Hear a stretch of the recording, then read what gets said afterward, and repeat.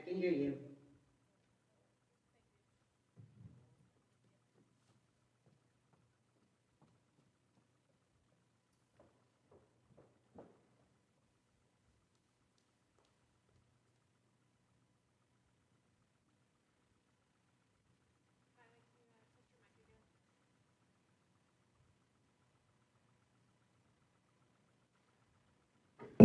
Mylan, can you test your mic again, please?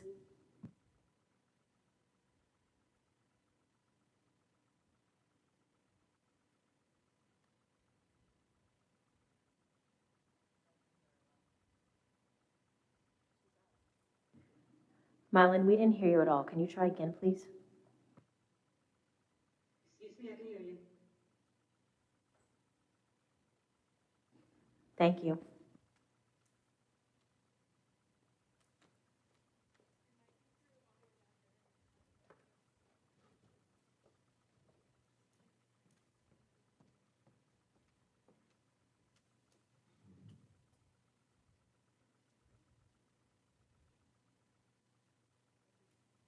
Reconvene the meeting.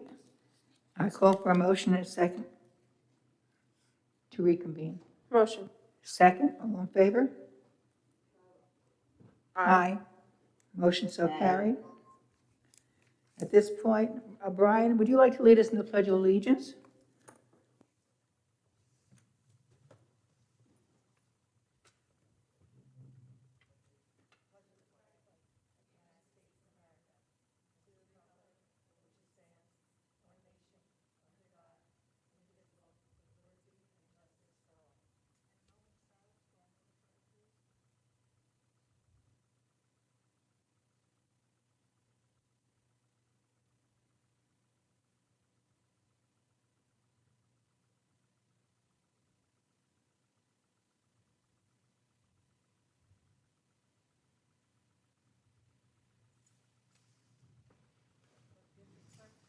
Call the roll.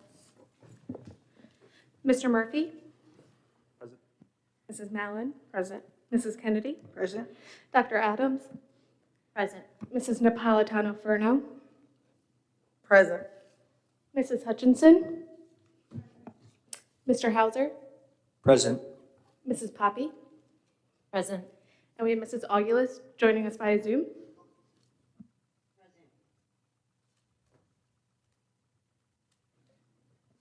Okay, we move on to minutes. I call for a motion and a second to accept the minutes of the December 14, 2021 Board of Ed meeting. Motion? I'll motion. Second? Second. Second. All in favor? Aye. Aye. Motion so carried. Aye. Okay, we're going to move on to policy. I call for a motion and a second to approve the second reading and adoption of the policies as presented. Gender neutral public comment at board meetings, agenda preparation and dissemination, and student gifts and solicitations. Motion? Motion. Second? Second. All in favor? Aye. Motion Aye. so carried. Aye. New, school board access to information and reports. Do I need motion? I didn't say that. That's still part of. I know, but I didn't say it. Should I just figured I better write, you know. I think it's okay because it's part of the. Okay. I call for a motion and a second to accept the first reading of the policies as presented. 1400, 1420, 4000, 4010, 4317, and 4318. Motion? I'll motion. Second? Second. All in favor? Aye. Motion so carried. I call for a motion to accept the first reading, waive the second reading, and adopt immediately revised policy. 9260. I need a motion.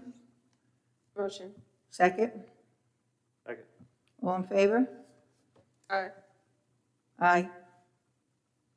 Aye. Motion so carried. Okay, we're going to go on to discussion items. Student government report. They're not here? Okay. The budget guidelines. Mr. Hauser? Give me one moment and I will have that up in here. And just so I can let everyone know, I'm going to hand out a packet for everybody up at the dais here.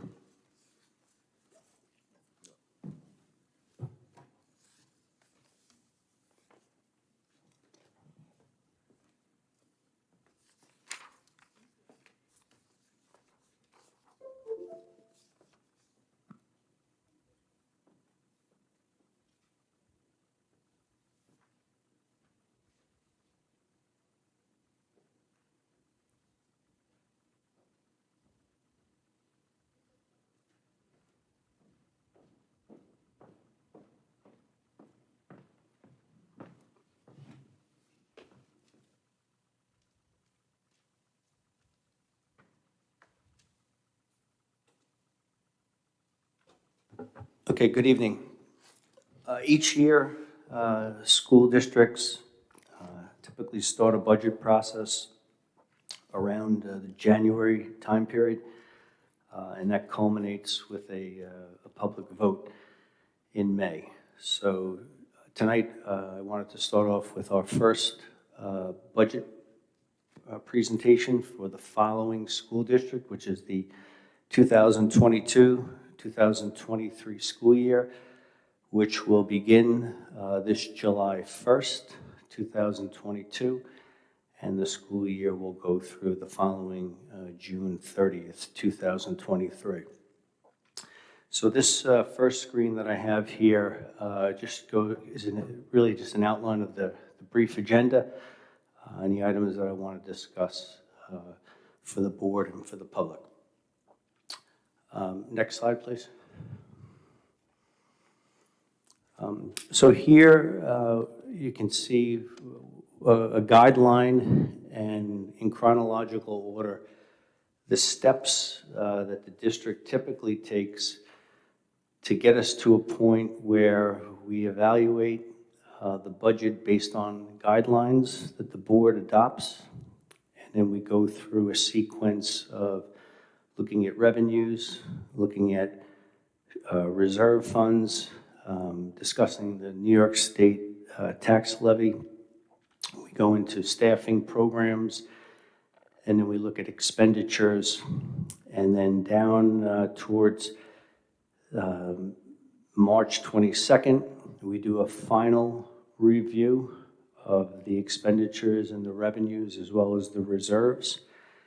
We tie that into the New York State Legislature's final school aid estimate that they provide to us. And then in April, the board adopts the budget. On May 10th, we actually have a public budget hearing. And then the finale would be May 17th, would be the actual budget vote that also ties in with the school board election. Any questions on that?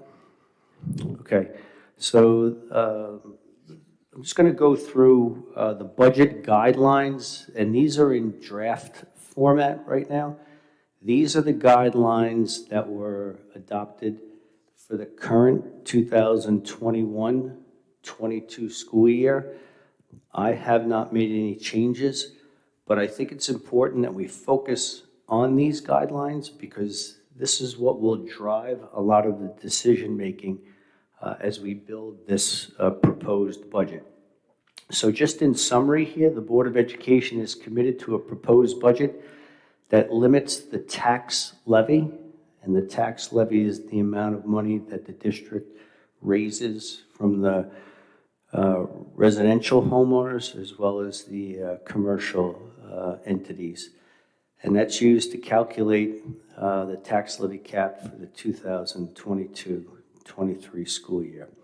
The Connecticut School District has typically or has always stayed within the New York State tax levy cap, which I believe was adopted for the 2011-12 school year, almost 10 years ago. So the guidelines that I've listed below, and there are many of them, are based on anticipated state and federal aid figures, some of which have been provided and others that we are still waiting to come in. Next slide, please. Okay, so educational programs and services. Existing educational programs and services shall be maintained at current levels of services with continued flexible class size caps in all grades. All educational programs and services shall be examined for efficiency with alterations made as possible. Vacant positions will not be filled unless necessary to maintain critical program components. Changes in staffing will be contingent upon enrollment and programmatic need. Expenditure cap and the tax levy. By January 25th, the administration will prepare a preliminary 2022-23 tax levy cap calculation. In March, administration will prepare for review and deliberation by the board a preliminary 2022-23 budget, total expenditure of which shall not exceed the preliminary calculated tax levy cap. The final tax levy cap will be calculated on or before March 1st. That's a deadline set by the Office of the State Comptroller. A separate preliminary 2022-23 contingency budget will also be provided by the end of March. Next slide. A multi-year budget plan. The development and ultimate approval of the 2022-23 budget shall continue to be based on a multi-year budget plan in which any single year budget shall not stand alone as a traditional school budget, but shall be treated as both the second year of the current 5-year budget plan and the first year of an ensuing 5-year budget plan. Accordingly, the administration shall develop and demonstrate wherever possible the interdependence of specific budget decisions relative to the 2022-23 budget as such decisions relate to the subsequent budgets in the 5-year budget plan. In its deliberation, the board will give particular attention to reviewing the implications of all decisions as they impact on all budgets covered by the 5-year plan. All budgetary decisions will be guided by the goals of long-term tax stability and the continuous improvement of educational quality. Fund balances and our reserves. The 2022-23 budget shall be created with the goal of achieving between a 3% and a 4% unassigned fund balance. Fund balance, together with the use of reserves, will be used to offset the tax increase impact of the 22-23 budget. The multi-year budget analysis shall include a multi-year projection for loss and maintenance of such funds in the reserves and fund balance. Management of long-term liabilities. The multi-year budget plan, and specifically the 2022-23 school budget, shall recognize the important role that maintaining and leveraging long-term liabilities play in the district's long-term fiscal stability. For 2022-23, we will match the use of reserves to the extent possible to the allowable budgeted expenditures. Next slide, please. Other considerations. In light of uncertainty with state aid and external funding sources, all considerations may require additional adjustments as information becomes available through the New York State Education Department. The concept of zero-based budgeting will be applied. Zero-based budgeting, for the most part, is just starting off with a budget line item at $0 and building the budget, as opposed to starting off at the prior year and working up or down for that. Line item increases shall be based wherever feasible on past expenditures and/or depletion of inventories and on predicted trends. Classroom, office, library, and computer supplies and materials shall be funded at the 2021-22, that's the current school year level, based on projected enrollment as in past years. Baseline adjustments downward to mandatory, non-discretionary expenditures shall be documented and made as permissible. Textbook allocations shall continue to be based on available inventory, and each school's need to ensure textbook alignment with the New York State standards. Instructional staffing, so mainly the teaching staff. Due to social distancing requirements with COVID-19 pandemic, the reopening plan enacted this past August will remain as the instructional staffing guideline unless otherwise changed by an executive order or other mandates. Elementary school staffing shall be based on grade level enrollments and current ratios, kindergarten to second grade, 22 to 25 students, and third grade to fifth grade, 5 to 28 students. Secondary staffing shall be based on the total of enrollments in individual class sections. Regular high school classes with enrollments under 20 may not be conducted except as a 12th grade requirement for graduation. That's an important statement in the guidelines if we adopt it as such. Non-instructional staffing. So this is mainly all of the non-teaching staff. Non-instructional staffing shall be monitored and reviewed consistently within the current school year in order to analyze needs and trends in preparation for the subsequent year, with the following in mind: maintaining staffing as close to current levels as possible, maintain general maintenance repair codes as close to current levels as possible, as full-time positions are vacated to the extent that they will not affect the health and safety, and to the degree possible, positions will not be filled. The public budget review and voting process. So the budget review, the draft budget guidelines, and I did hand out a separate handout attached to your paper-clipped PowerPoint presentation. That's a draft copy of the guidelines. These guidelines were developed after consultation with the Board of Education and a review of last year's community input. The budget guidelines are shared by the board during public session. This provides for an extended opportunity for the members of the community to provide feedback to the board from their respective positions. The projected budget will be developed in strict accordance with these guidelines that permit little flexibility for further reduction, addition, or modification. The review shall consist of consideration of the guidelines and any subsequent changes recommended. Changes to the budget shall result from changes to the guidelines, if any, and will be integrated into the budget by administration and resubmitted to the board. Area or department presentations by the various directors and administrators will not be needed unless questions are raised about the budget guideline revisions to their area. Tax increase.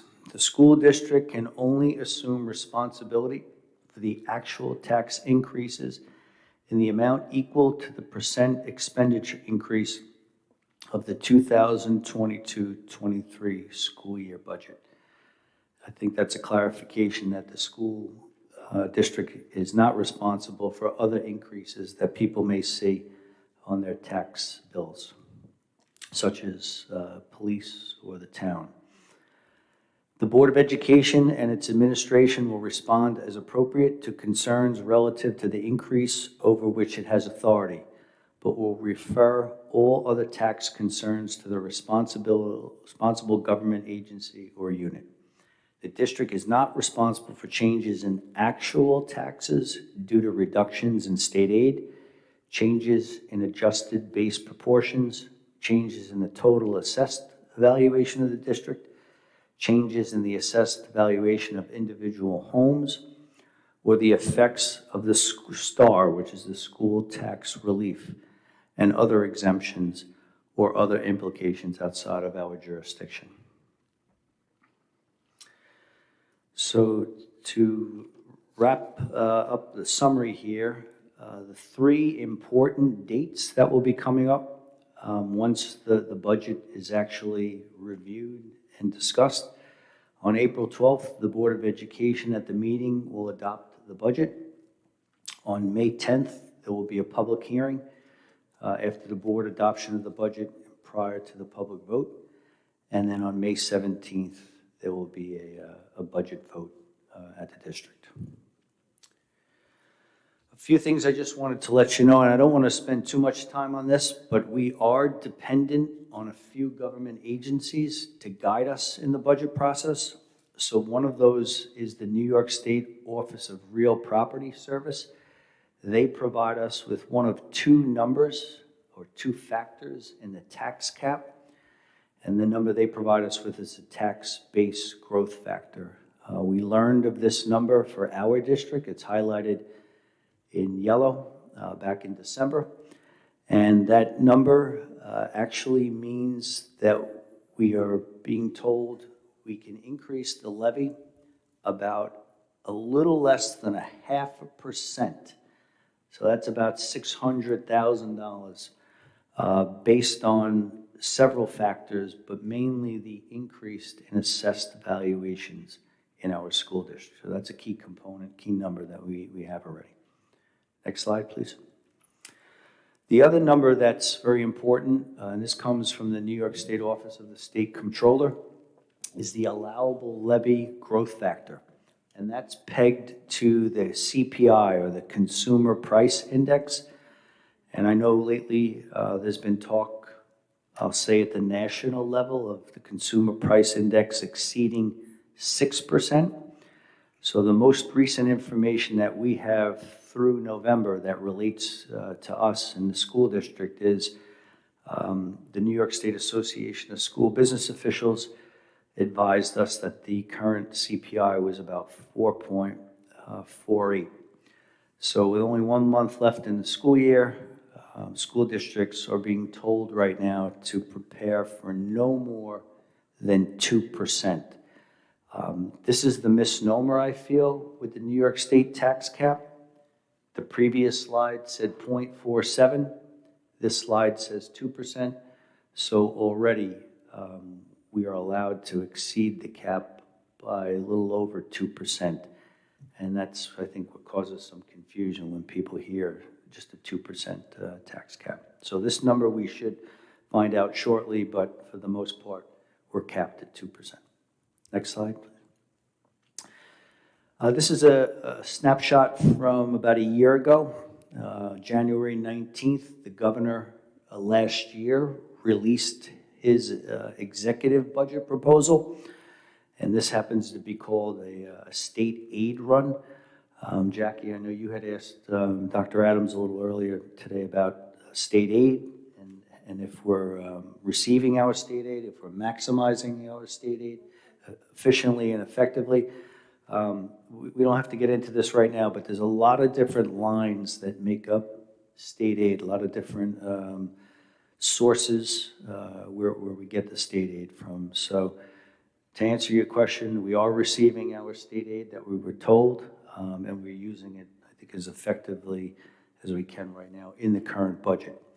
The new governor should be releasing her budget shortly. When it comes out, it's just an estimate. The New York State Legislature, which is the Assembly and the Senate, they actually decide on the final state aid run, which typically is a little bit higher than with the governor, but that remains to be seen. Next slide, please. So as I said, once the governor publishes their proposed state aid between January and March, the New York State Legislature, working with the governor, they decide on the final state aid runs for each school district. So this right here is just Connecticut's state aid. The top portion is last year, 2020-21. This is the aid we received. You can see it's about $54 million in the middle of the page. There's a slight adjustment there for the pandemic, which we hopefully won't have to deal with for the following year. And then there's the 2021-22 school year. So you can see our state aid went up from about $54,700,000 to $55,500,000 between 2020-21 and the current school year 21-22. At the very bottom of this report, there's some important information which ties into our almost $8 million in federal funds that we will receive in full shortly.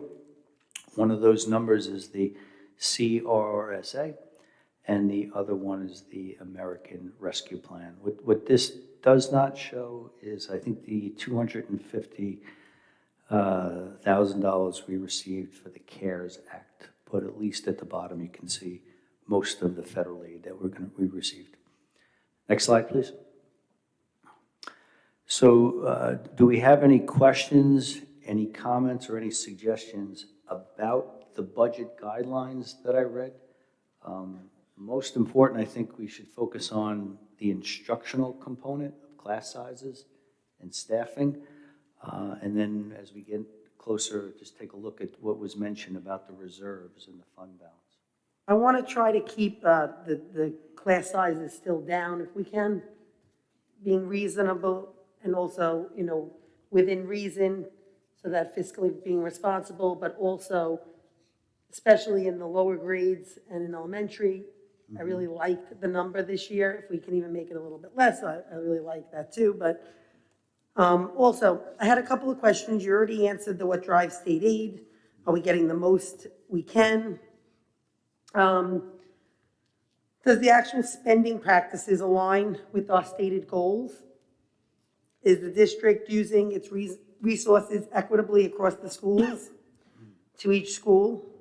Are there areas where over or underspending can be identified and reallocations made? So to answer your first question there, the budget guidelines that were adopted last year were really the driving force behind the building of a budget and the establishment and the eventual board adoption, as well as the public vote on the budget. Once those steps are taken in place and the budget is set for the school year, which is July 1, we do our best to monitor the spending in each of those codes. It is a budget. It's a roadmap to how we expect to operate a school district almost a year in advance at some point. When you think that the budget was adopted last April, and here we are in January, some things do happen the way we projected and other things do not. So we were just talking a little earlier today, the current school year budget has funds set aside for virtual teachers, and it also for regular or general education as well as special education. So today we were taking a look at those budgets versus the actual amounts, and that's just one particular category where we have not spent the monies that were budgeted. At the end of January, we will do what's called a fund balance projection. So we'll take a look at every single budget code, revenue as well as expenditures, to determine how much of a surplus we expect to end the school year with. So I think that addressed one of your questions, which is the overall review of the spending. So might I make a suggestion, Jackie? On page 3 of the budget guidelines, we talk about staffing. And I know last year we had, after the budget was adopted, we actually looked at the staffing and we pushed it lower. So right now, do you have this? That's a different one, yeah. Page 3. It says elementary staffing shall be based on grade level enrollments and current ratios. So we had budgeted for ratios between 22 and 25 in K-1-2. And I know the board last year wanted us to look more closely at that 20 to 22 range. So, Yeah, I'm still, and that's why I I'm still suggest at we that. look at it right now, because it's here, so. No, I think 22 is what we used to have. I really like 20 or under. So let's, I don't think we can go 20 or under, because we would be adding a lot of, but I think probably here, we want And to I say. definitely, for 3 to 5, I think I had this conversation with you guys. I think going over 25 was way too much, That's why I wanted to draw your attention to this, so. because the 25 to the 28 is, I'm totally against that. Okay, so I'd rather split. can we say K to under 22 where possible? Yeah, I think 22 is a good I number. really would prefer it be under 20 if possible. Okay, so under 22. That can't happen. That 20 is under won't 20, work. 22. So we'll give you an overall picture. Okay. But if we say under 22 where possible, we'll bring you the changes that would be made in. how Right, but staffing I'm would just be saying, made. if we have to split it to an 18 and a 15, I'd rather something like that, 18, 18, 15, you know what I'm saying? I got you. Rather than a 25 or a 23. So let's say a K to 2 under 22 and 3 to 5 under 25. And that way we can bring you those numbers and you can see what that looks like. We can put that on paper, but I'm just saying so that we know, I'm gonna be advocating for under 20 for K to 2 and for 3 to 5, under 22. Okay, That's the numbers that I'd love to see. I know I can't always get what I want, but I'm just saying, I would like to advocate for, I think the teachers as is, when you have, especially if we're still dealing with the challenging times of now, with the masks, we've become mask police, we've become everything else going on. I really believe that we need to give them the assistance of less children, so that if there's a child in need, a child that might need services, especially K to 2, and even 3, you're just finding out if these kids need any services. Some of these children that have ADHD, ADD, or anything else, they may be just going for a 504. right. Some up to 5. So the reality is, if you really want to make sure that these kids don't fall through any crack ever, then we need to make sure that the first line of defense, the teachers, have the ability to be able to identify these kids by putting less children in the classroom with them. I agree, and that's why I wanted to draw your attention to this. So we will bring you the enrollment. I think that's one of the first presentations that we do. Is this yours? No, I have extra. Okay, thank you. So that's why I wanted to bring your attention to that. Thank you, I appreciate it. I have a question about the high school classes. Do you know if there's a lot that are under 20? Like, would that do away with a lot of electives? So we will get you those numbers as to how the enrollment shook out this year, so that you can see what that might look like. Because the problem is, when we begin to put the budget together, we do that on classes that kids want to take, not necessarily classes that are on their schedule for next year. So we can give you the actual enrollment in all those classes right now and take a look. We haven't really canceled many classes under 20 ever in the district. That number, I think, is a little high, and I don't think I would cancel a class that had 18 kids enrolled in it. To me, that's still a pretty full class. So but we will give you those numbers in those classes when they start to look like they're getting to like 12, where it's really, if it's a graduation requirement, we would keep it, but if it was something else, we may need to cut that. All right, great. And for like the elementary school where you need to have higher student ratio, maybe if we can give them more aides in the classroom to help with the children, that would be helpful too, especially like Jackie said, if they're coming into special needs that are being diagnosed early on, if the teacher has the aide in the classroom, that would be helpful to her. So that's And interesting. That's what we did. Because I thought that was actually in the budget guidelines, because did when that. we went We did above 23 or 24 in kindergarten, well, kindergarten has an aide automatically, but we went to 23 or 24 in first and second grade, the board automatically put that in the budget. That So was last year. That was a teaching assistant, not an aide. yeah, teaching assistant. You're correct. Okay, I was No, just, but I think I actually think we did over 20, over It was 22. 20, I thought, Over 22, we were allowing them, and I actually think 2 years ago, we allowed over 20 because it was when the pandemic hit. We said if you had over 20 and you needed an assistant, not to be shy, to let us know. yeah, before the pandemic hit, I think it was that we. It was a It was rule of 20 thumb. over 22. It was 24 in first and second grade. When we went over 24 in first and second grade, we put a teaching assistant in there. We can put that in the budget that, you know, classes will be looked at over 24, but most of your classes will be under 22. So I we most may not definitely see- don't want to see 28s. No, Because the we've truth of never the done matter is, 28. you'll see a 28 at one of the larger elementary schools, and then you'll see a 12 at one of the smaller ones. Right. And that is not true equity across the district. No, it is. The breakage is bad. So, you know what, Bob, let's put in the guidelines that the board will consider adding a teaching assistant to grades first and second if the enrollment goes over 24. I thought we had an assistant in kindergarten to begin with. We do have teaching assistants in kindergarten, Automatically, automatically. okay. Yep. We're going to go on to board discussions, but I'm going to start with Marisol because she's only bringing up one item. Yes, I am bringing up the screenagers. So the Mental Health Committee is hosting a virtual screening of teenagers growing up in the digital age. So screenagers is going to explore how learning, playing, and socializing online will affect the teens' development and their attention span, their self-esteem, their moral instinct. The film will explore solutions to handle screen time, provide parents with tools to help young people develop self-control and find balance. So it's scheduled to be Tuesday, January 18th at 7 p.m. It is a virtual class, and the district is going to be giving out an online registration form in the next few days. And even if you can't see it on the 18th, register, so this way you'll get the link and you'll be able to watch it.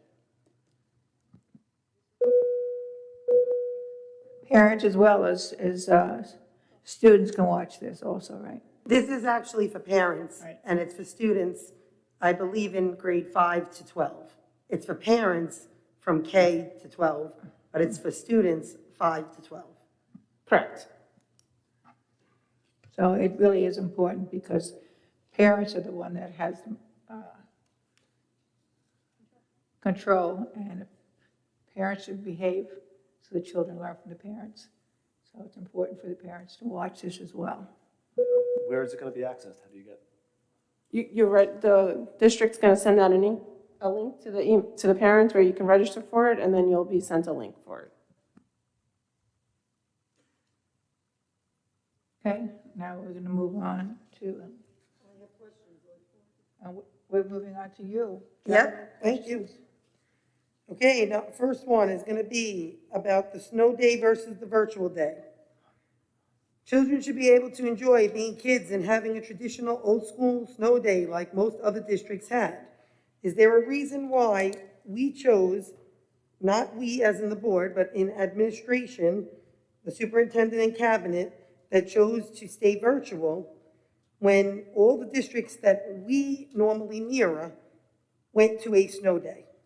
Now, I understand if we had already exhausted our snow days, it would make perfect sense to go to a virtual day before we started chipping away at an actual week vacation. I would absolutely understand that, and I would be for it. But I am totally, personally, and I heard from many parents how they were against children having to be on a virtual day while their friends are outside playing in the snow and having a snow day. A traditional old-school snow day, which is just as important in a lot of ways, just being a kid, especially during such a challenging year with so many things going wrong this year, with the last 2 years with this pandemic. I really don't understand why. When was the last time we had a snow day? 2 years ago? A snow day. Or we used the day. Okay. So my question is, when was the last time we exhausted all of our snow days?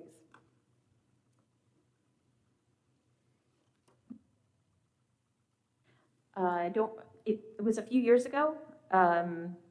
Actually, my first year here, we exhausted all of our snow days before the February break, and the calendar that was scheduled before I arrived at the district actually had us opening in the middle of February, in the middle of the February break.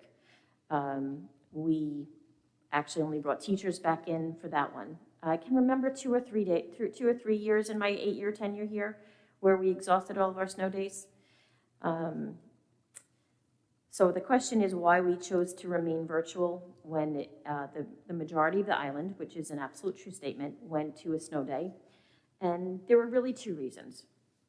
The first was we had reached a critical staffing juncture, which we recognized in the middle of the day on Thursday. And at that point, we knew that we would not be able to be open on Friday, snow or no snow. We let our teachers know and the community know about 2 o'clock in the afternoon, which was very late for our high school teachers, and I apologize for that delay. And then we asked our teachers to prepare to be virtual the next day.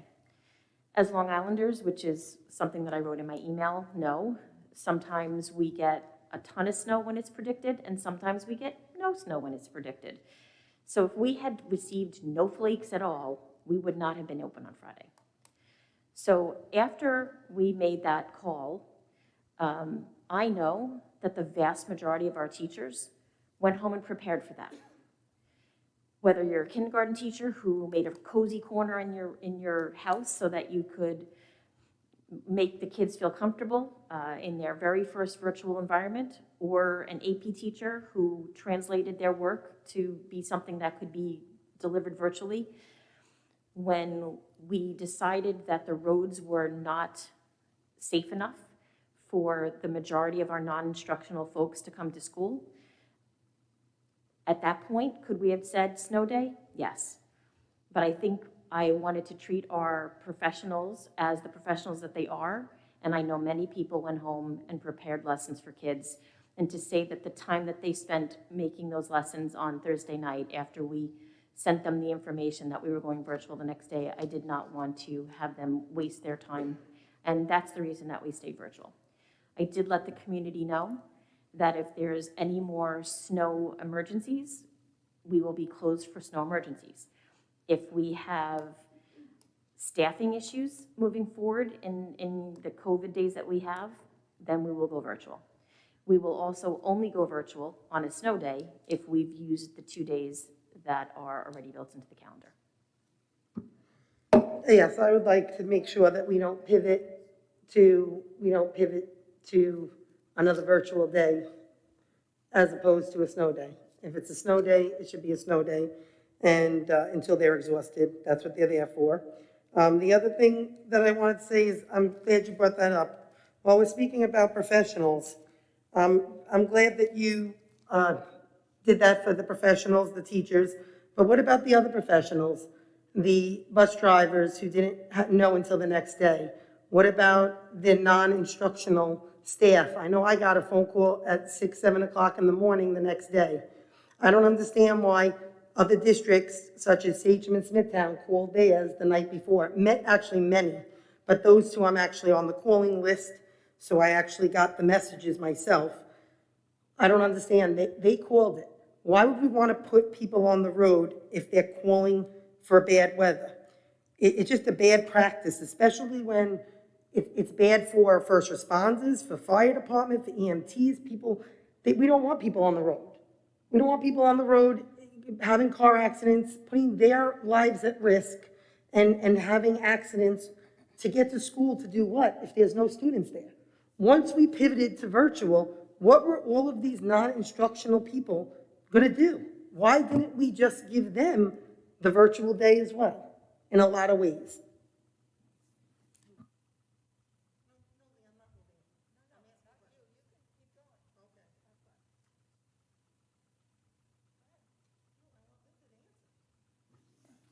So again, predicted snow doesn't always yield snow. And we really thought that a lot of the non-instructional folks who maybe are our clericals, our food service folks could come in and do things in the kitchen that they don't get to do normally when they have students there. They can inventory. Our clericals, we were hoping would be able to get in. And again, we made sure that when we checked the roads, we gave a 2-hour delay to our non-instructional folks so that we could check the roads the next morning, which is really what the majority of the Islip cluster did. Because there are some times when there's very little snow down here and there's a lot of snow other places. So we made the decision on Thursday evening to let all our non-instructional folks have a 2-hour delay. That way we could figure out whether the roads were good enough for them to be on, and obviously that did not happen. We called 502 people on Thursday afternoon to let them know that we were going to be watching the roads in the morning. And on Friday morning, I called 360 people. So I'm going to actually ask the public who are watching this tonight, if you got a phone call on Friday morning at about 7 a.m. and you're not an employee in any way, shape, or form, because I pulled employee lists from our school messenger website, and if you are erroneously on an employee list and you're a parent and not an employee and have never been a sub and don't do any kind of subbing, please email me so that I can make sure that your group is checked appropriately. I did not want parents to get a phone call in the morning. I wanted the non-instructional staff to say, look, we don't want you to take the risks on the road. But I really did want to have our clericals in the building if it was possible and it wasn't going to put them in danger in case parents needed to call for some assistance. I just would hate to see somebody get hurt trying to get to work in that kind of weather. That's my concern. And the other problem is, do we now have non-instructional staff had a snow day? Is that what that was called? Is it considered a snow day? And then we have teachers that had to work. So I just don't see how that's fair. I don't see how we just didn't call a snow day for everybody, fair across the board, for the children, for the staff, for everybody. Just a blanket effect. That's it. That's what I'm advocating for in the future. I just don't think it was fair across the board. That's one. Two, I have an issue with some of these bus stops. I've been going over this with you guys for really the last year.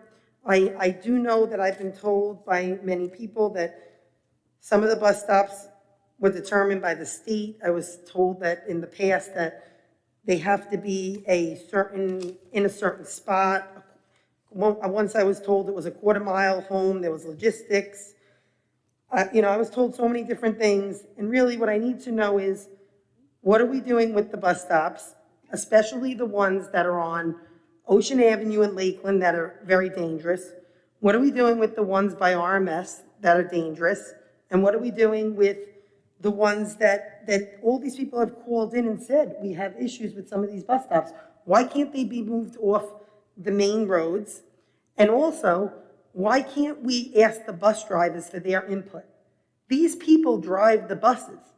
I would like to hear what they have to say. I also would like to know why we're still using that routing service and a mentor, as opposed to using tax dollars inappropriately. There's no reason to have that in place. I mean, there's no reason why, like other districts, we can't just have bus drivers who make lefts and rights and do their job. Give them the ability to do their job the effective way that they know how to do it. I also had a couple of questions, which I had forwarded to Mr. Hauser regarding busing issue, and I believe that Mylan had also sent an email or a text.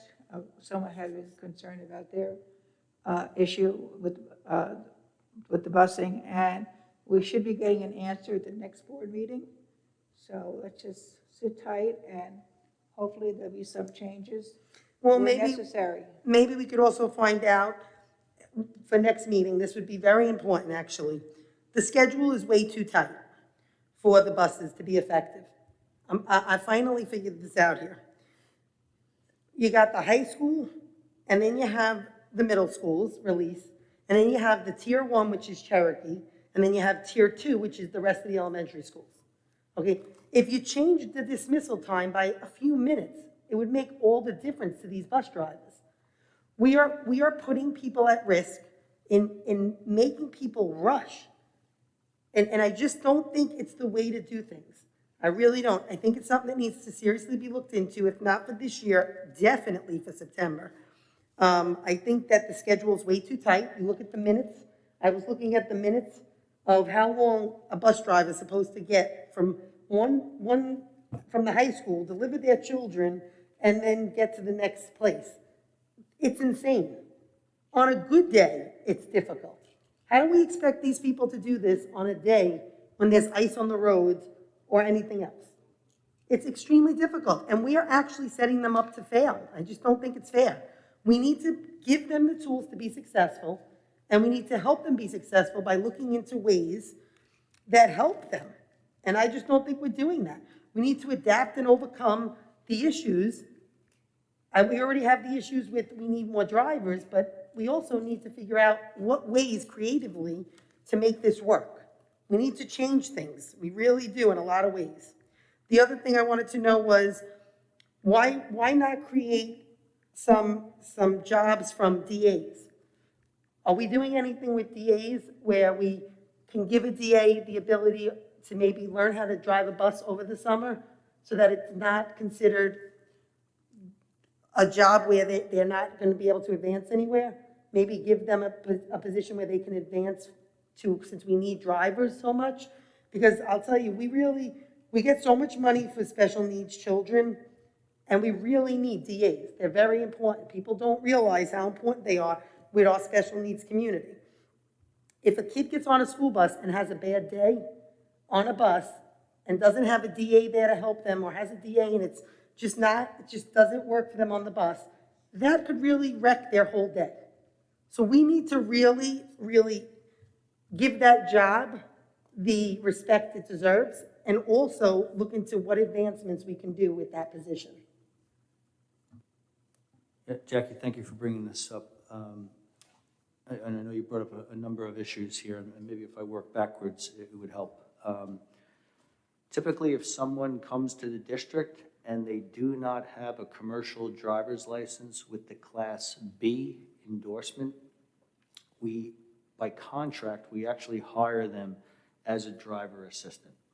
And then we use our 19A staff to actually train those people as DAs in-house to become drivers. We have 2 people right now who are being trained to be drivers.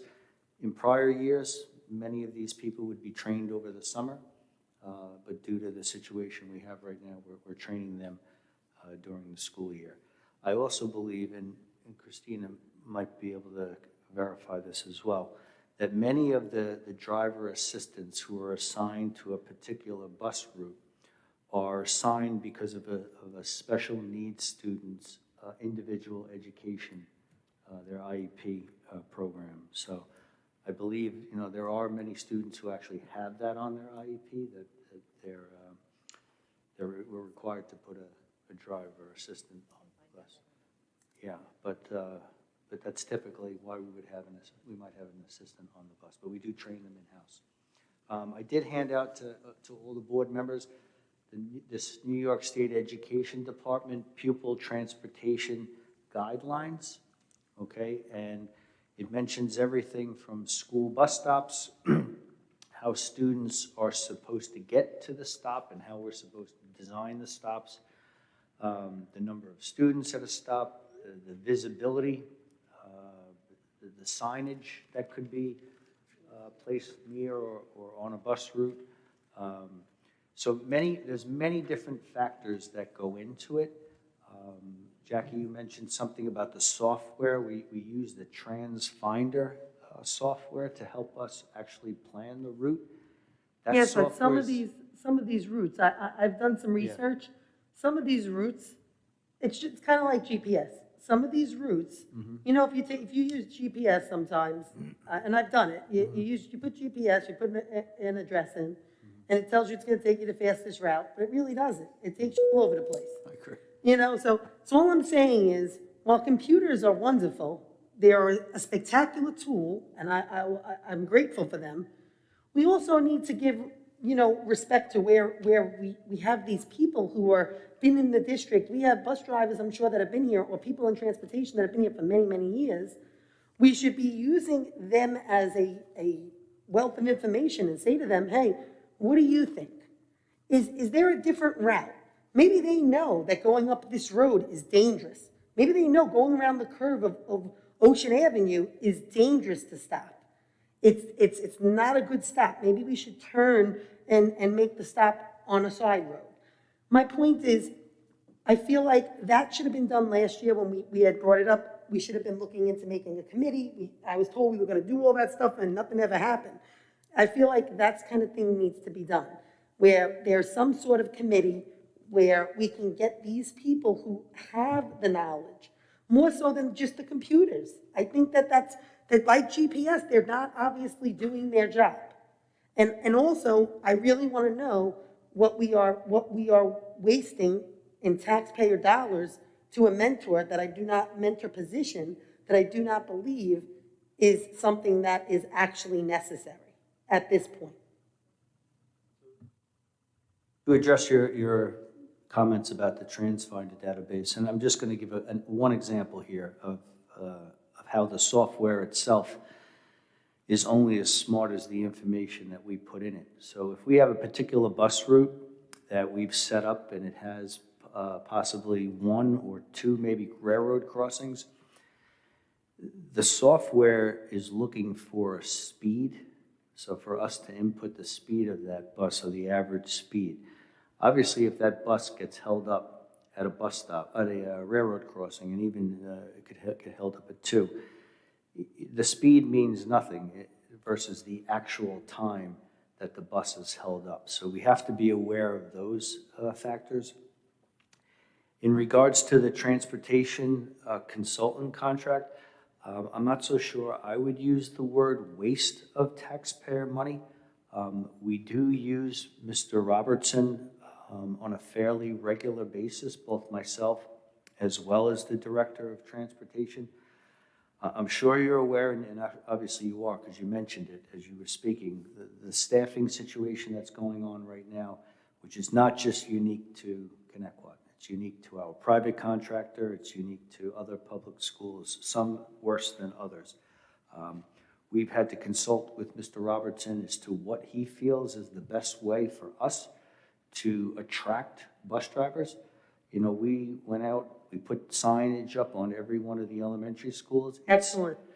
It seemed to do a good job in the beginning. It really brought awareness to the community that we were in need of drivers, but that has tapered off. And we're running into a situation, as Dr. Adams mentioned, we get to these thresholds where we're really at a point where we might not be able to provide transportation to many of the students.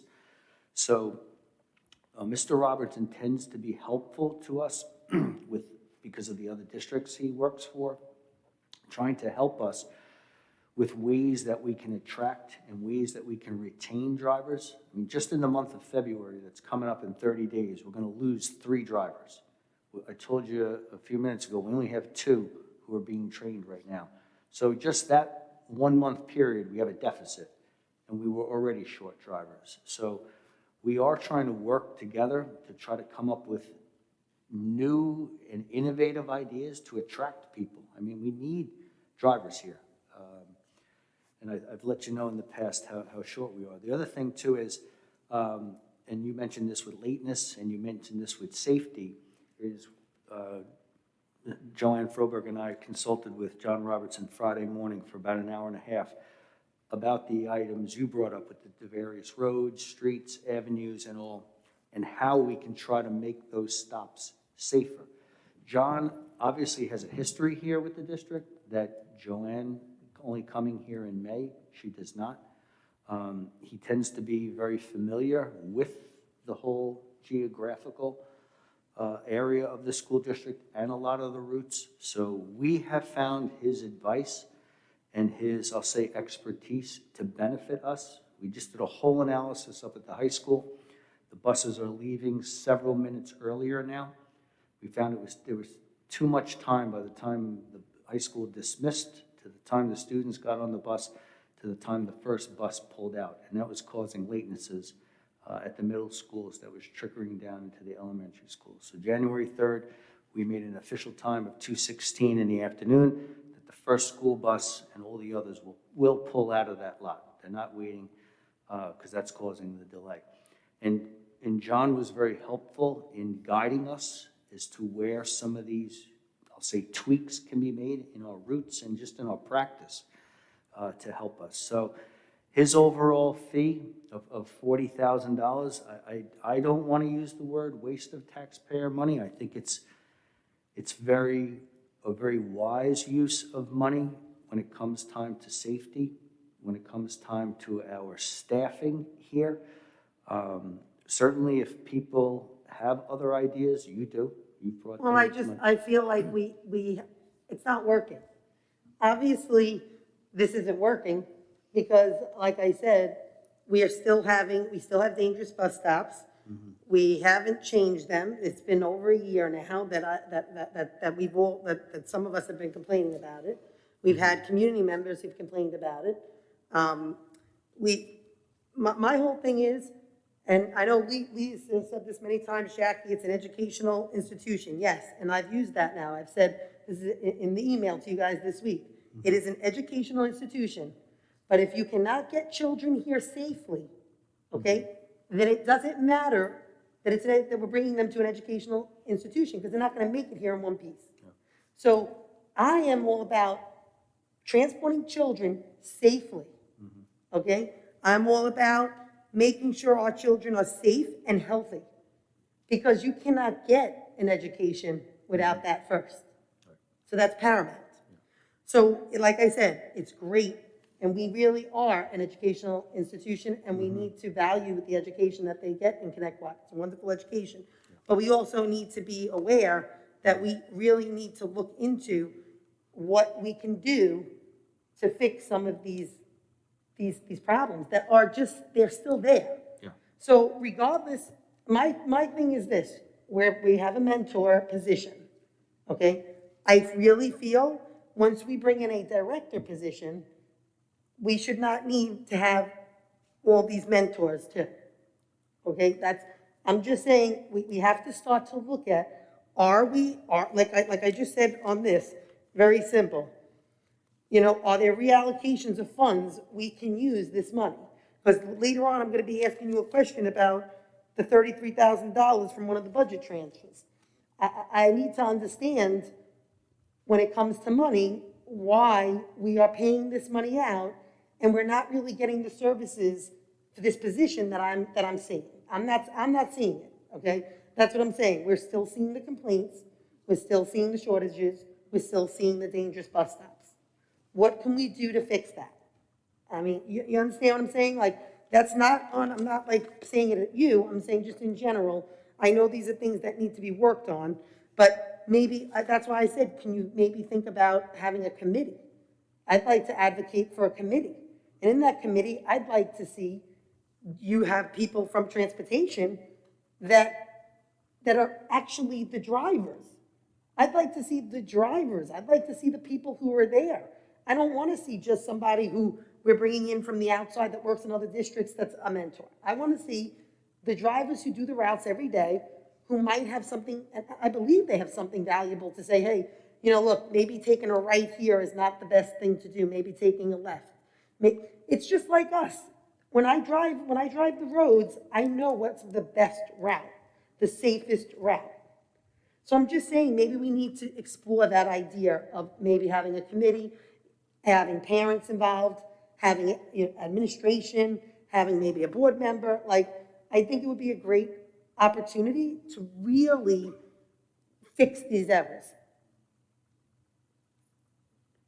And so for the January 25th, and I'm not trying to postpone or prolong this, but for the January 25th board meeting, I've invited the Director of Transportation and Mr. Robertson as well to come to the board meeting to really open up this discussion, because if it is a true district-wide study, I'm going to use the word study, that involves a lot of different stakeholders, I just want to make it clear what we need to do and what the goal is. I think you've made it very clear from your perspective what you would like to see in the goals.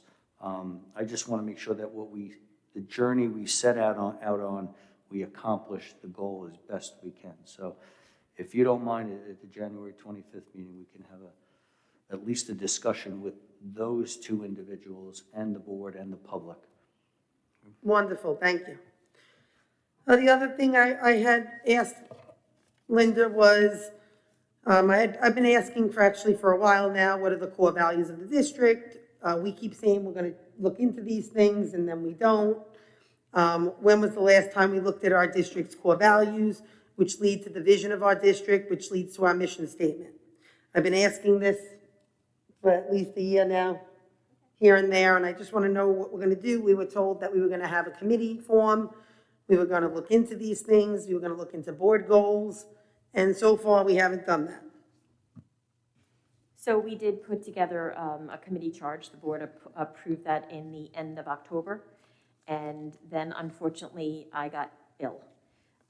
Generally, what I wanted to do first meeting of that committee in November, because you generally don't want to do a first committee meeting right before the holidays. So I'm looking to put that in. I don't really feel like that should be a Zoom meeting. I'd rather have people in the room to have that discussion. The district mission statement was actually formulated my first year here by bringing people around the table who were really interested in taking a look at that. So since you asked, a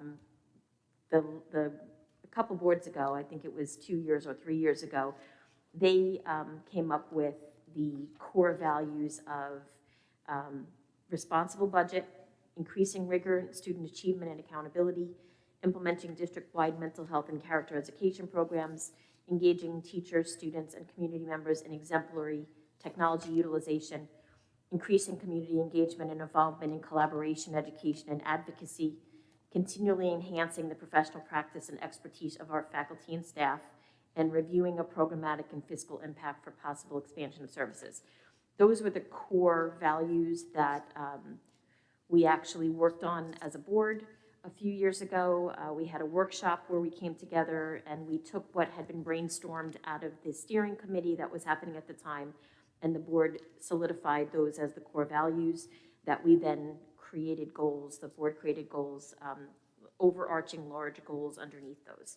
So you do have that in front of you. I actually sent it to you also in the FYI, but I will be putting together a call for help out to the community to come together and take a look at the mission statement as it currently stands and see if that makes sense. I would like to invite the board to do some kind of a workshop, because I was actually unaware that there was a Board of Education mission statement, which I'm not sure when the last time that was looked at, to be honest with you, Jackie. It's actually on the website, and it says the Board of Education mission statement is to prepare all children for life by providing them the best education, regardless of their abilities, at the most reasonable cost.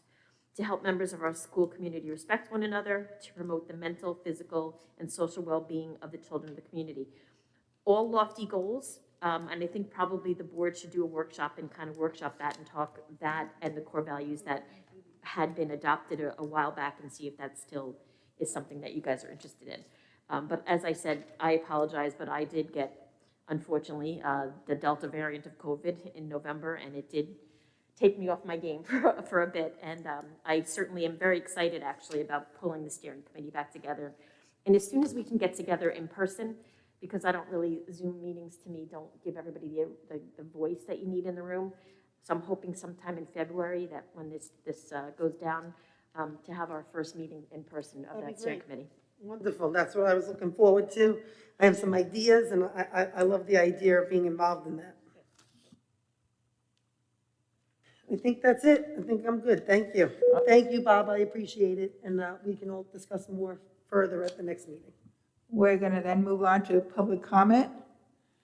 Does anyone have any questions for the public on the consent agenda?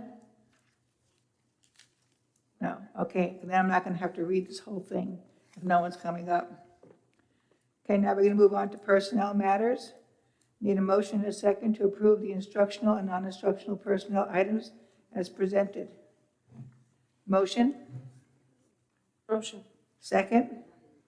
Second. Any questions? If not, all in favor? Aye. Aye.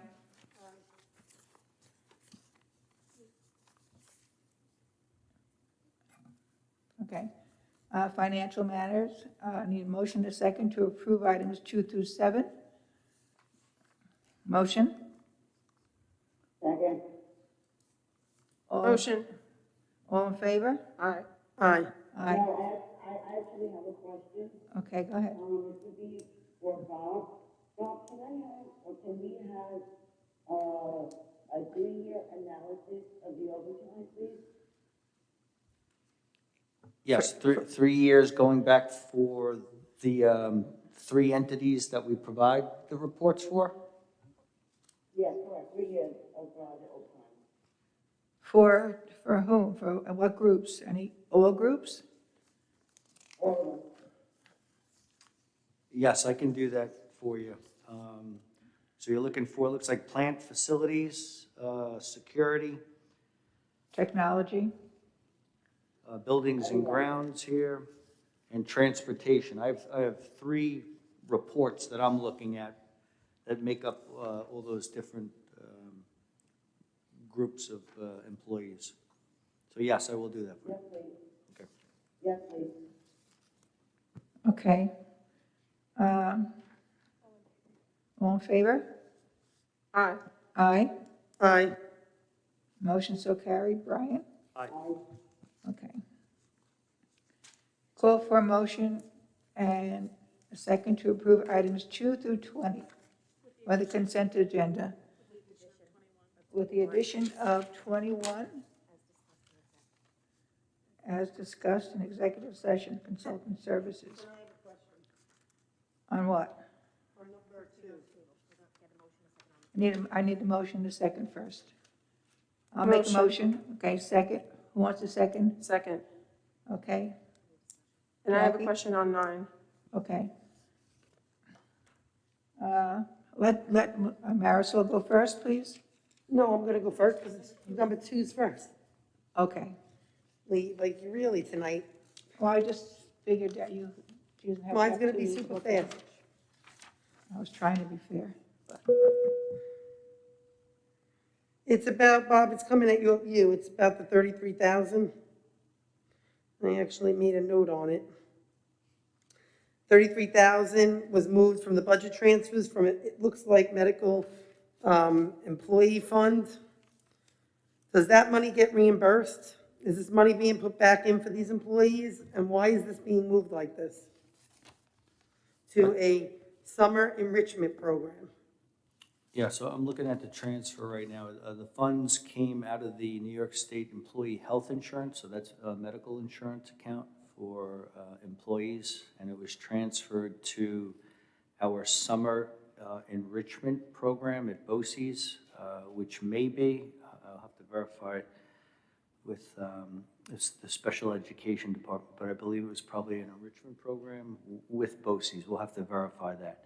So those funds are not reimbursed back to the medical. Once they come out of that medical to pay for that BOCES program. Do we typically take money out of an employee health insurance and put it into a summer enrichment program?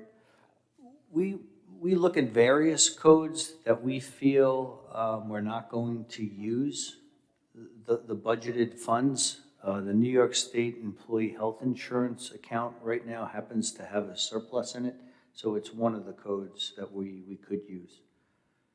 There are others, but that just so happens to be the code we used. I just wanted to make sure that it didn't affect any of the employees' health insurance, by no means. It, by no means, retiree or active. It doesn't All right, affect. thank you. Marisol? My question is, I guess for legal, on the armed guards, if the extension is approved, is there a way to have community input to see if they actually want it added to the budget? Yes, I mean, I guess it depends on what you mean by community input. No, what she's asking is could it go on the referendum and let the community decide if they want armed guards or not? If they decide no, there shouldn't be a problem with their contract. If they decide yes, there shouldn't be a problem with their contract. We don't have to put anything in their contract, as far as I know, to have a line item for community to vote. So there are two types of referendum. There's binding referendum and advisory referendum. So it sounds like what you're asking for is a binding referendum where the board would not be guided, but mandated to not determine whether to hire armed guards. That is a responsibility or a duty of the Board of Education to make that decision. And the Commissioner of Education has said that the Board of Education can't delegate that to the voters. Delegate hiring, delegate whether guns should be on school ground. It is a determination that must be made by the Board of Education. Okay, I'm going to have to disagree with you, and I know Mr. Gercio is going to call me up on this, but he told me what districts did do it, so. So that's why I said there's two different kind of referendum. There's a binding referendum, which it sounds like what you're talking about, and then there's advisory referendum, which while are not illegal, are not recommended, right? So an advisory referendum is where, you get a sense from the voters as to what they're looking for, but you're not binded or bound by what they say, because the ultimate decision would have to be made by the Board of Education. Other ways to get that kind of feedback, according to the commissioner, would be to have public hearings, committees may be formed in order to get feedback from the community and things of that nature. So maybe some other districts have done advisory referendum, which are not illegal, but at the ultimate determination with regard to hiring and whether to allow weapons on school grounds is that of the Board of Education. Can I just ask you something, Lisa? And I'm going to ask you because I've asked you now at several meetings, because we already had committees. We already did the committee. We did all this. We're just going to keep on pounding this. I'm going to ask you, can you explain what is permissible or advisable regarding referendums for armed guards? You guys already advised us several times. I know you just did it again, but what is advisable from legal? Well, what we can tell you is And what. permissible. So the Commissioner of Education, and we're just giving legal advice. It's not a personal opinion or anything, please. They have an agenda. It's an agenda tonight. I'm just telling you what the law It's not yours, says. so it's not yours. There's no agenda, No, it's your Jackie. agenda. It's your agenda, Lee. It's your agenda. So what the Commissioner of Education, who the Board of Education is guided by, has said is that the authority of the board comes under Education Law 1709. And any of those responsibilities that you obtain under 1709, you must make those decisions. Anything that flows from there, you must make those decisions as well. That would include hiring. There's specific language in the law about whether guns are permitted on school ground. That's a determination by the Board of Education as to whether that is something that can happen. So to not take that authority and not to follow that authority and to delegate that to the voters is something the commissioner says the board is not permitted to do. What it also sounds like you're asking is whether you can obtain an advisory referendum from the community, and you can because it's not illegal. But the commissioner has discouraged that because ultimately the decision is that of the Board of Education with regard to things like hiring and whether guns are permitted on school ground. There are some referendum that are required under the law, and you're familiar with some of them. How many board seats there can be. 7, 5, that's a decision of the community that the board has to follow.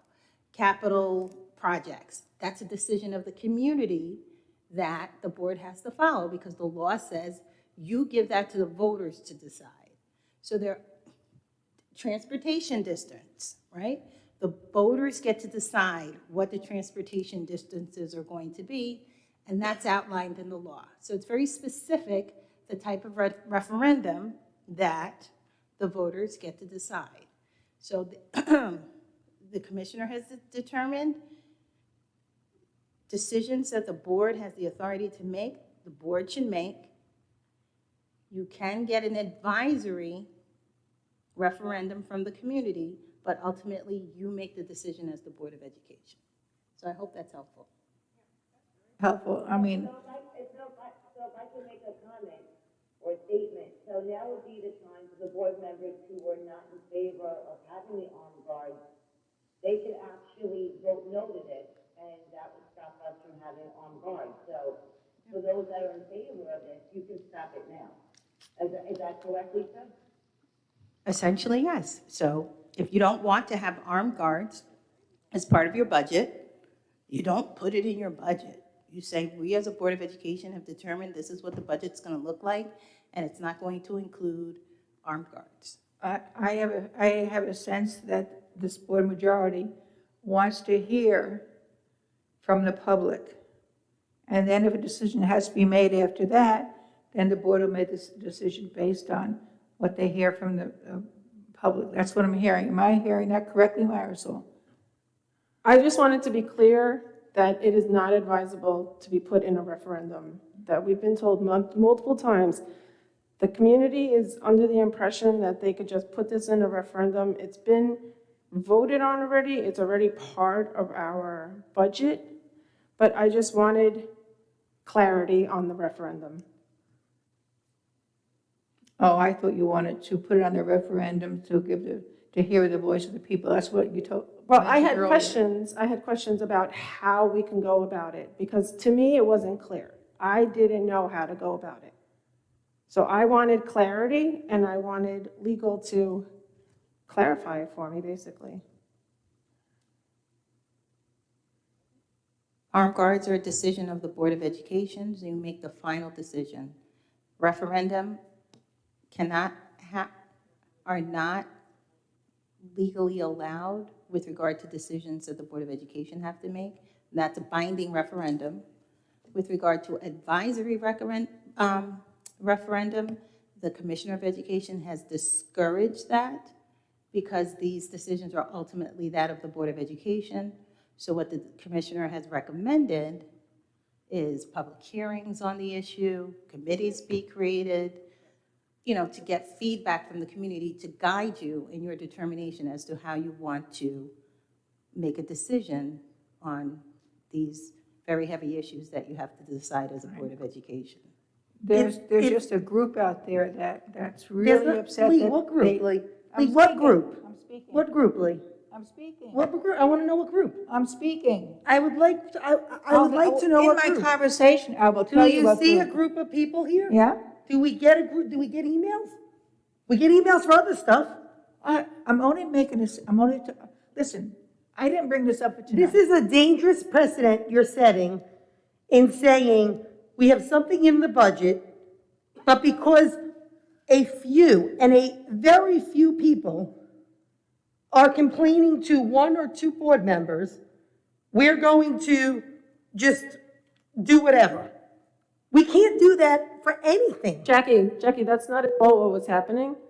I've always said I'm for armed guards. I still stand by the fact that I am for armed guards. Okay, but then do you I just had a question understand for legal you about got- hold on. But you never let but Marisol, you never let legal explain an executive. You never let legal explain an executive. We didn't have You've time for gotten executive. emails. You and Brian got the same email as me. You got the same email as me. Everybody got the same email. How many times does Lisa have to send the same email to this Board of Ed? If you want to vote it out, vote it out. I'm not telling you not to vote it out. Do what you feel. You have your one vote, one voice. Jackie, can we speak? But how many Jackie, times are Jackie. you guys going to go round and round? Jackie, And again, this was a conversation for public, not executive, just to be very clear. Jackie, I'm trying to have the conversation in public. It was being done in executive, which was wrong. And thank you, Mylin, for reminding me that this was a public conversation. Jackie, So did you have to hear- I wasn't on the board when this was discussed to be put as a referendum, because when I got on the board, armed guards were already a thing. So I wanted clarity for myself. Okay, but did you get the email from Lisa months ago? You were on the board when the email came through.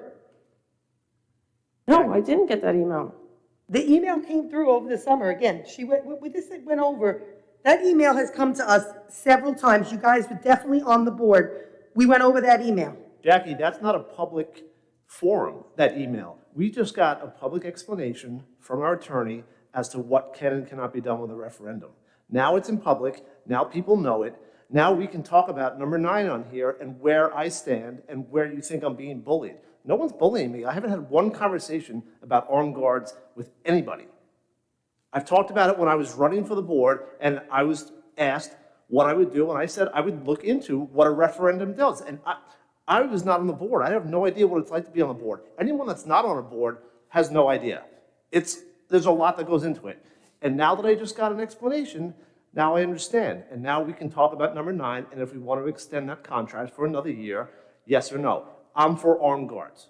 Okay, what I'm saying to you is, and what I was trying to say, and you guys obviously weren't understanding was, and I'll say it again, if you understand security and you understand what it entails, then you understand that it is a dangerous precedent to say, and like I said, it was never for me about not giving the community an input. That is why I 100% supported Linda when she did the committees. I came to all the committee meetings.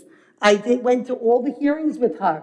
Lee came. We were at all those meetings. Whoever wanted to be here, we came to all the extra meetings. My point is, we did it the right way, regardless if some don't see it that way. We followed the legal guidance.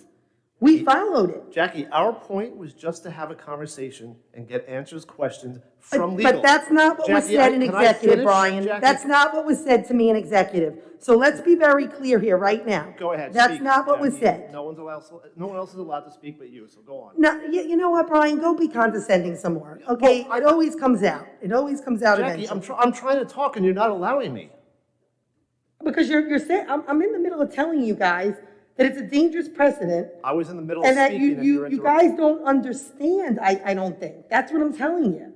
That it's very simple. It's a dangerous precedent to say to people, you know what, you should vote on security.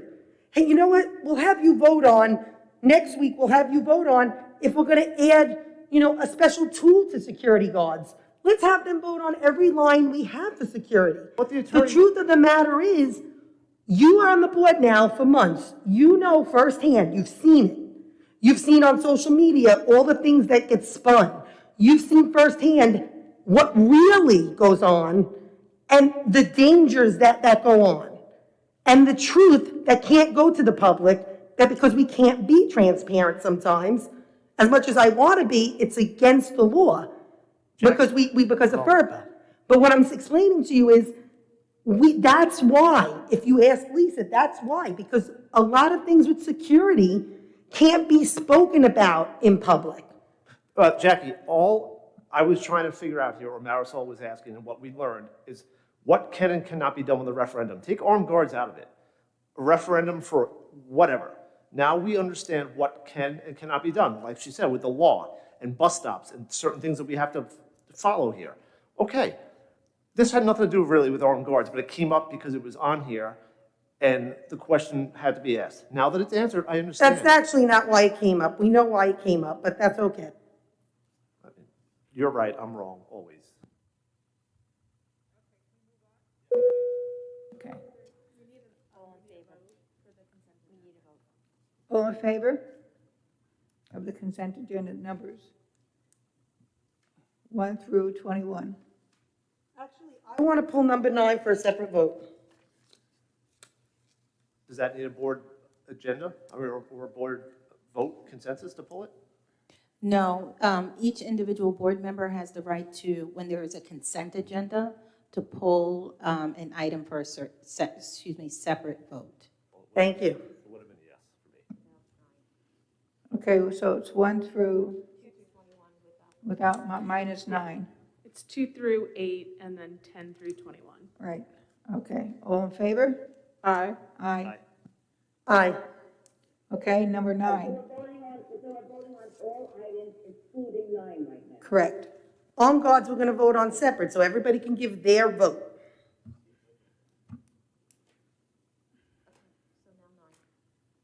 Nine. Okay.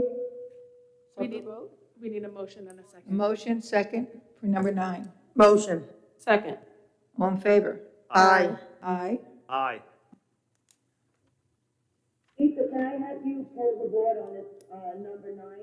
An individual, I want to hear, not just I want each individual board member to ask this question. It was a unanimous vote. We're going to move on now. Can't she ask to poll the vote? Can't one board member ask to poll? I just flat out said I'm for armed guards. I want Lisa to ask each board member the question and how they're gonna vote on number 9.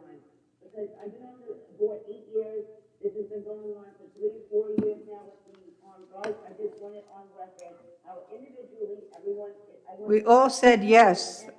We all said yes. We don't need. Lee, but you didn't There's say five- yes in executive. 5 yeses. So just put it on the record here. This is not what went on in executive. So put it, and it was supposed to be for public, so technically it's not illegal for me to say this. That is not true, Jackie. What Yeah, you're it's not, saying is false. what you guys were talking about is not legal. It is not illegal for me to talk about something like that because it's not technically supposed to be talked about in executive. Correct, Lisa? But because you're I mean, saying, it depends on, I don't recall the discussion in executive in order to answer the question About the fully. referendum. I'm having a hard time to be able to answer the question because it really depends on the context of the conversation. However, there was a question that was asked about whether there should be a roll call vote. That's typically done only for certain items, but it's certainly up to the board as to whether they want to do a roll call vote on that particular item. So I would throw it back to the board president in order to make that determination as to whether this is going to be something put on the table as a roll call vote, because it's not required. It's not required. There are 5 people. 5 people said yes. Let's just move on to public comment. Thank you. Now, I was a yes, I was I a will yes, now Mylan. open the floor for the public Mylan, I was a yes comment for doing portion a of roll the call. agenda. I will call individuals forward one at a Mylan, I've time. said yes 3 times, 4 times. I was also a yes, Mylan, for the record. And I was a yes, Mylan.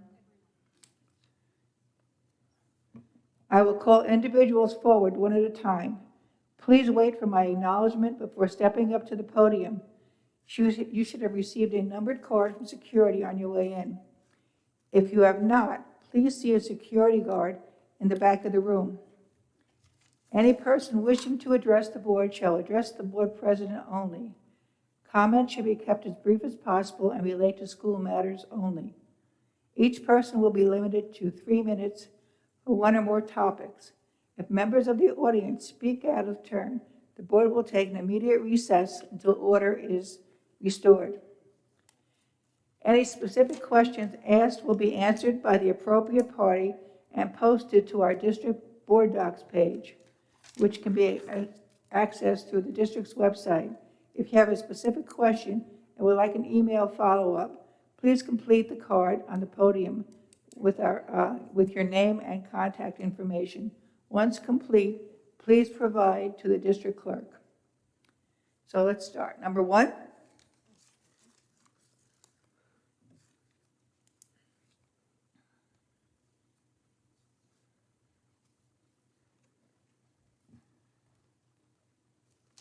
Hi, Hi. thank you for allowing me to speak again today. I am going to speak at every board meeting, and I'll say the same thing over and over again.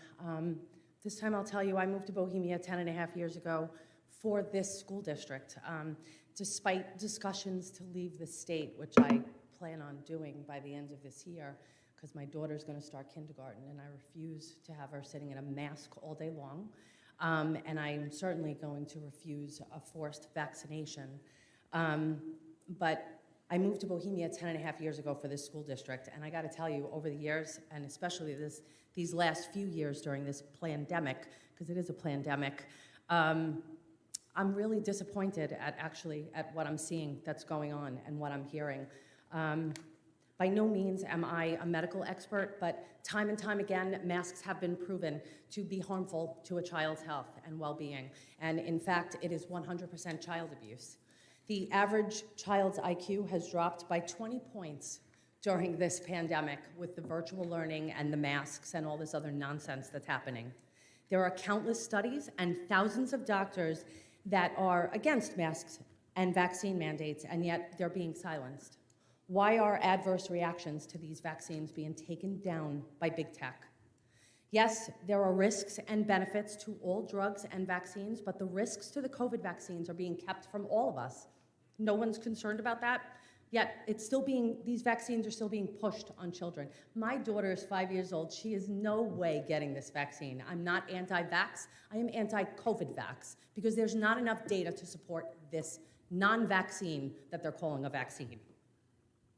If you're not asking yourself why this is happening and why doctors are being silenced, and you're just going with the flow, then you're part of the problem.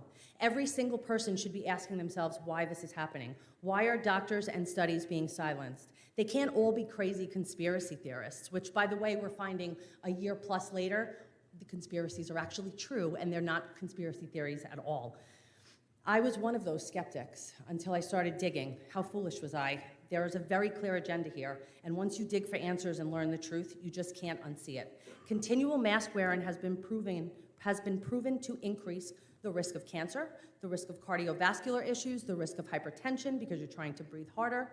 The warning on the box of the mask specifically states this product will not provide any protection against COVID-19, coronavirus, or other viruses. So why are our children being forced to wear these masks? I understand it's the governor. I understand we're going to lose funding. But you know what? At what point does human step up and have common sense? I have common sense. My daughter is she's not going to wear a mask to school. She doesn't wear one now when she attends school, and she's certainly not going to wear one in school. Those under 70 that contract COVID have a 99% chance of survival. Those over 70 have a 95% chance of survival. Yet, we're trying to push a vaccine that is not a vaccine on the public. There are 5 requirements for a vaccine to be considered as such. Requirement number 1, provides immunity to the virus.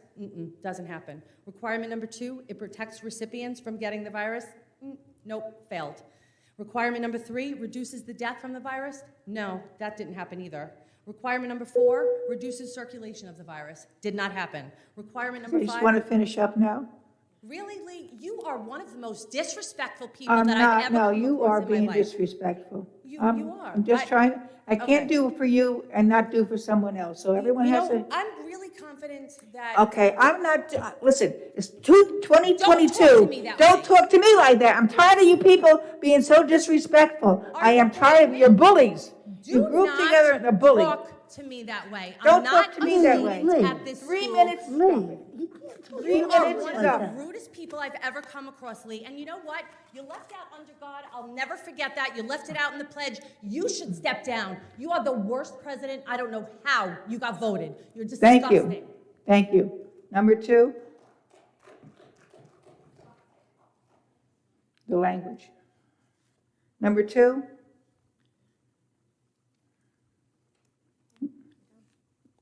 Number 3. Good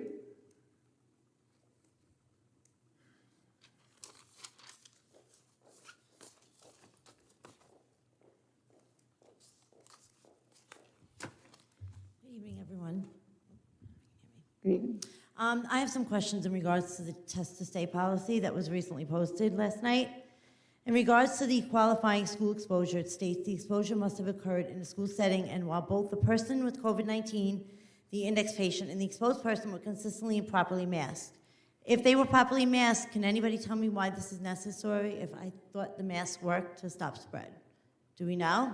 Do you have any answer to that? Are you asking about the test to stay policy, Jackie? I missed Yeah, that about the beginning. test to stay policy. It's saying if they were properly masked, the person who's exposed has to quarantine. But masks work, right? I mean, isn't that what we go on? So if it's supposed to work to stop the spread, why does that person have to quarantine? Do we know? No? Okay. All right, I have a few other questions about it. In an email that we received from Ms. Santo on, actually 2 of them, January 7th, January 9th, quarantine period was changed to 5 days. So why is a test to stay policy to have your child tested 3 times over 7 days when, if you don't agree to it, you could just keep your child home for 5 days? Do we have, That it's a I little can confusing. answer for you. Okay. The New York State Department of Health actually rescinded their test to stay original document, and it will be providing an updated document that looks at these newer quarantine rules. Oh, which one did they revise? The 7 days or the? They rescinded the test to stay policy. You'll notice that it wasn't on the agenda tonight because they have not given us updated guidance yet. Okay, so there's going to be a change to that. Okay.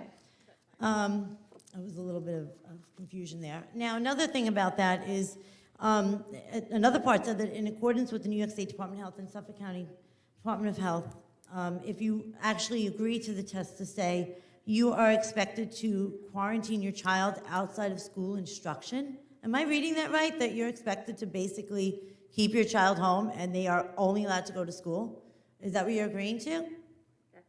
That's what the policy was originally. So we're actually trying to tell parents their child cannot leave the house if they're not in school, if they agree to this. And what if they do? What if they're caught outside of school, say during a test to stay period, they're caught in a store? Is there any kind of, I don't think that sounds crazy. They rescinded that guidance, Jackie, so you're reading old guidance. Okay, I can't hear you, I'm sorry. They rescinded that guidance. The guidance that you're discussing, they rescinded.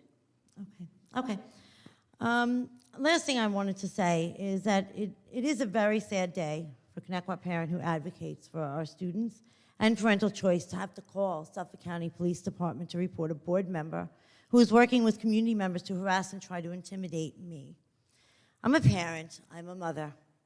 I have the same rights as every other parent in this district to speak up for my children, and I should not have to worry about being bullied into silence. We, the community, have already witnessed how far some are willing to go to bully others into silence, but to call my place of employment, or to go after a parent's livelihood and then try to rally parents in the district that you're friends with to do the same in some backdoor dealings is a disgrace. How about instead of worrying about silencing me, I'm just one parent, focus on the mess and the lack of communication given to our community and parents. We have seen there's a massive lack of transparency between executive, everything that's coming out, that's what the focus needs to be. It should not be to actually call a parent's place of employment so that they actually have to file a report with the police for harassment. I suggest that you change how things are done. Thank you.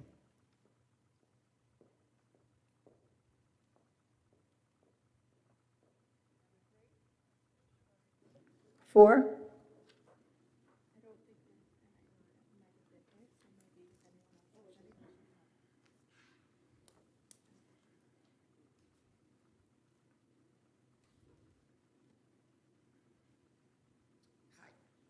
I have a question to follow up on what was just said. So the test to stay was supposed to be on the agenda but was rescinded because the protocols are being changed. Is that what I'm understanding? Okay, so I'm assuming at some point, maybe the next meeting or the meeting after that, that whatever test to stay information will appear on the agenda as well? Okay, I'm gonna ask if when that test to stay policy is on the agenda, as a community, I think we would also like to know what would the penalties be exactly, like dollar amounts, if the school district were to not follow the test to stay policy. Districts are allowed to make that decision, and if the district decided not to test to stay, then the child would have to be quarantined. It's really to keep children in class. I'm sorry, so I'm not sure I understood what you said. So if the district decided not to take the policy of test to stay, Okay. then the child would have to be quarantined. The same way we're doing right now? Correct. The same way things are happening right now? The test to stay protocol is to keep the child in class and test to make sure that they're safe to stay in class. So they'd be staying in school, whereas now they would have to be quarantined. Okay. Okay, thank you. Are there any other questions? If not, I'd like to make a motion to adjourn. Motion. Second? I'll second it. All in favor? Aye. Aye. Motion so carried. Good night, everyone.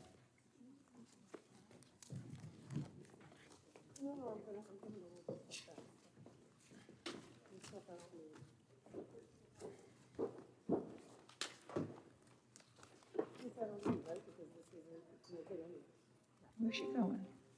I'll do this.